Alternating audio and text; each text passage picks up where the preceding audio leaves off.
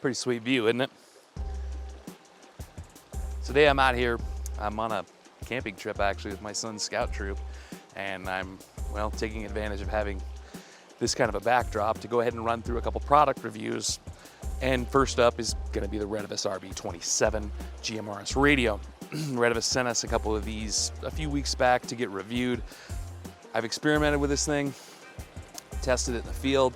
We've gone from anywhere around town, around home, all the way to the top of Kendrick Peak with this. I have actually had it alongside of another radio that we're in the process of reviewing, and that's a Ocean KG935G.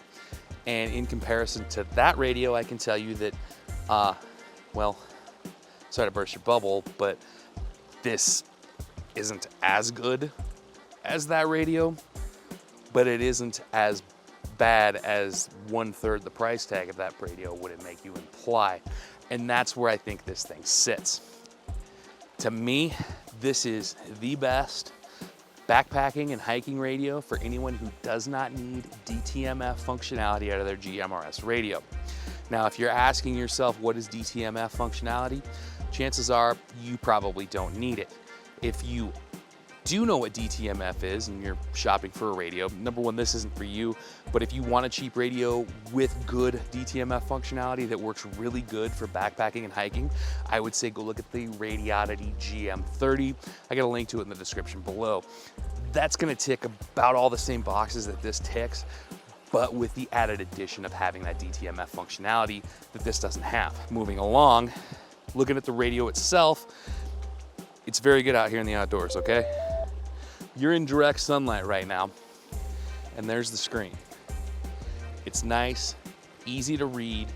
All of your functions are right there on the face as far as changing channel, changing programming, and getting it over to the weather channel. This radio does have the ability to monitor 2 different frequencies at the same time, which I like. Some people don't like that. I find it very useful to me, especially when I'm in an area with a group. I like to be able to monitor the group on simplex on one set of channels and then monitor any repeaters that are in the area in case there's something important that comes over that repeater. I'm not gonna miss it and I'm gonna be able to communicate with it. Also, if you got people in the group that are wise to the fact of how to use repeaters and how to use a 2-channel radio, if they get separated from the group far enough away that they can't make contact in simplex, they can always try to get you on the repeater. So that's what I use 2-channel monitoring for.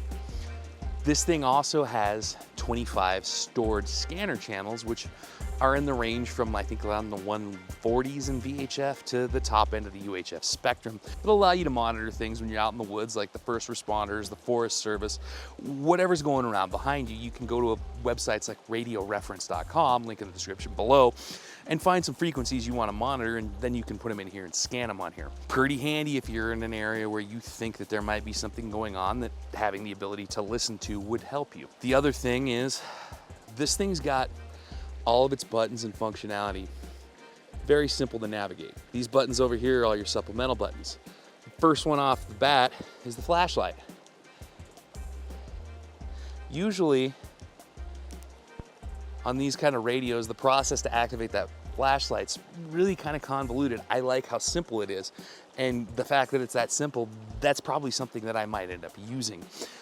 Other radios, I don't use it. It's a wasted space because it's a real big pain to try to figure out how to get that flashlight on. I've never been able to do it, so it's just a wasted space on top of my radio that I'd love to have had something else on. Moving down the list, actually this isn't push to talk over here on this side. It's your pin holes for your microphone accessories and your programming. Moving down the list, you got the push to talk button.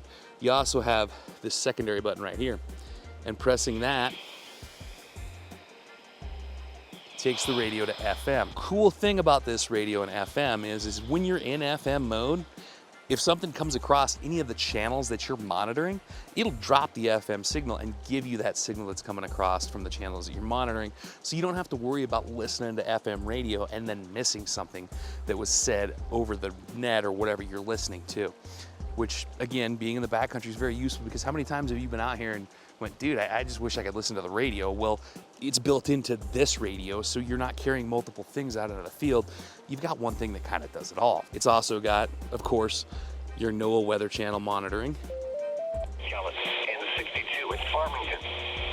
Again, being in the backcountry, having access to weather monitoring is awesome. It's also got weather alert, so if anything comes across any of the weather bands that it's monitoring, it's gonna drop everything and give you that information as it's coming across. Great backcountry feature. The other thing I like is that this thing is cheap enough that if I drop it, bounce it off a rock, throw it in a stream, whatever, I'm not gonna bawl and cry like I would losing my $150 Ocean.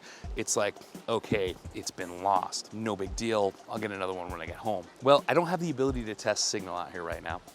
I'm back in a canyon. I could hear a far off repeater, but I can't hit it. I can't hit it with the DB20G that's in the 4Runner that's parked 2 miles over there. So I know it's not the radio's fault that we're not hitting this repeater, and I've tried it with my Ocean KG935G and I still can't hit it.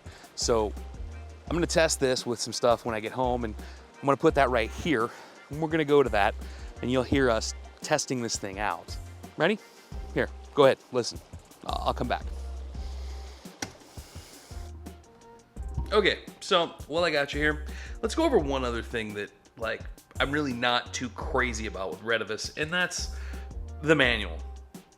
Let's just face it, their owner's manuals are garbage. They're just not well written and good English.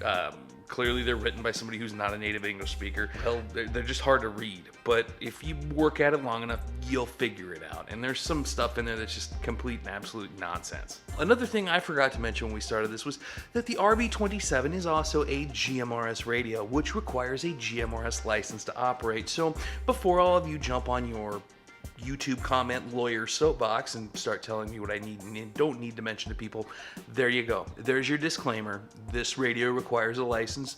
If you'd like to get one, go Google search it. It's pretty easy to find the instructions on how to do it. 3, the other thing that I don't care for about this radio is that it comes with all the privacy or CTCSS or DCS tones, or whatever you want to call the things that keep you from broadcasting on a complete wide channel, or should I say receiving every piece of information that's broadcast. And those tones all come preset, and this is a Retevis thing that they do across the board.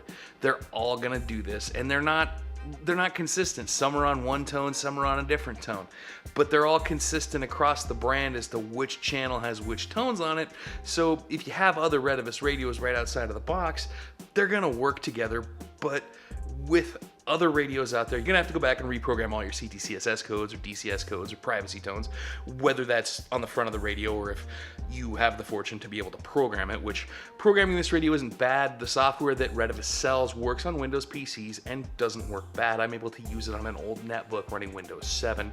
It's very easy to program through it that way. As far as chirp compatibility, I don't know at this time. So that being said, let's get the radio out and do a little bit of a test.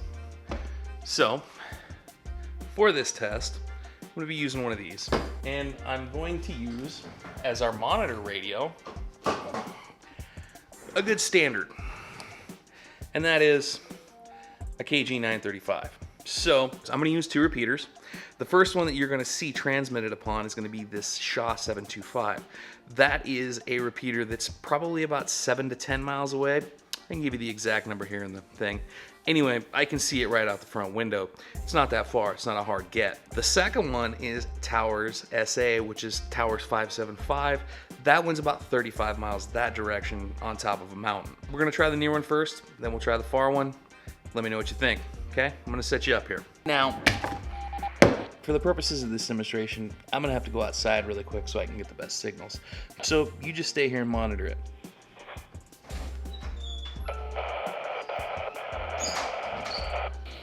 WRKX 996, repeater check. WRKX 996, repeater check. Coming in crystal clear. So as you can see, an independent outside observer even said, we're coming in crystal clear, and that's at 30 miles with that cheap Retevis radio. So like all other 5-watt radios out there, it's gonna hit and it's gonna get out, and like that individual stated, the signal strength was great at 30 miles. So we know we're onto something here, and we can safely say that this radio is, well, as good as any other radio as far as a 5-watt hand watt goes, with its ability to transmit over range and distance and be heard. Now, back to the guy over here. Okay, convinced? Like it's got the ability to reach out and hit repeaters at various distances just as good as any other 5-watt handheld. Now I've seen reviews where they've actually put this on a meter and it doesn't spit out exactly 5 watts. It's closer to 4, but you know what? It's good enough for what you're gonna need it for. And that goes with the signal quality. It's not gonna be the best, but it's good enough, okay? It really is good enough, and I've used it enough. We actually have used this thing from the top of Kendrick Peak and touched repeaters 60, 70 miles away. So it's gonna get the job done. But the number one thing why I love this radio, on top of all the other features, is that it's the only radio that I've had so far that does 2-channel monitoring and is user programmable from the faceplate, that actually charges with a USB-C. And to me, that's really important. All my other radios that do 2-channel monitoring or the ability to be fully programmed in the field from the faceplate are all radios that require being dropped into a charger to charge. That's my RT76P and my KG935G. They're both amazing radios, but if I'm going out for more than just a day, I'm gonna have to take a big clunky thing with me, and in the case of the 935G, I'm gonna have to find a wall outlet to charge it up. That in and of itself is the reason why this will be the radio that goes in my backpack for hiking and backpacking trips that I feel like I'm gonna be out overnight. I have the ability to put more juice in this thing and keep it going. Moving on to some other things that are questionable to me. Well, I'm not crazy about some of the build. You've got the belt clip right here. It's attached to the battery.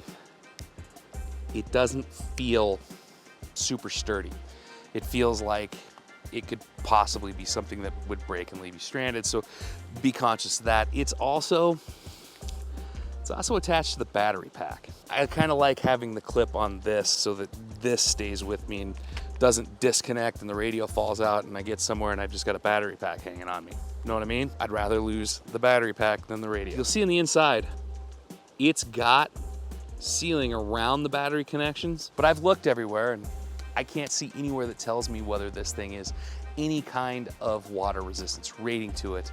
And well, I don't really feel like doing destructive testing today. Those are my reasons, my likes, my dislikes about this radio. I think my biggest gripes with it are just kind of the fit and finish. It's not perfect, but it's not an expensive radio. That's, you get what you pay for. But for what you're paying for, if you're not worried about the fit and the finish and the look so much, this thing gets the job done, especially for hiking and backpack. If you'd like to get your own Retevis RB27, go ahead and check the link in the description below. We've got some affiliate links down there to a couple different places to pick them up. Of course, by clicking these links and purchasing, we'll be getting a small commission and you'll be helping this channel if you're so inclined. Thank you for doing that. If you've gotten anything from this video and you'd like to see more like it and you're not already a subscriber, please like and subscribe to this video. We've got a lot more videos like this coming out. I've got a backlog of products that we're supposed to be doing reviews for, so you're gonna see a few more of those coming out. As always, I'm Matt Castor. You can find me on Facebook and Instagram at Frugal Explorer Dad. Check out the channel Secondhand Overland at all the usual suspects. Check out the Secondhand Overland website, www.secondhandoverland.net, to pick up merch or the latest news. Till next time, be good.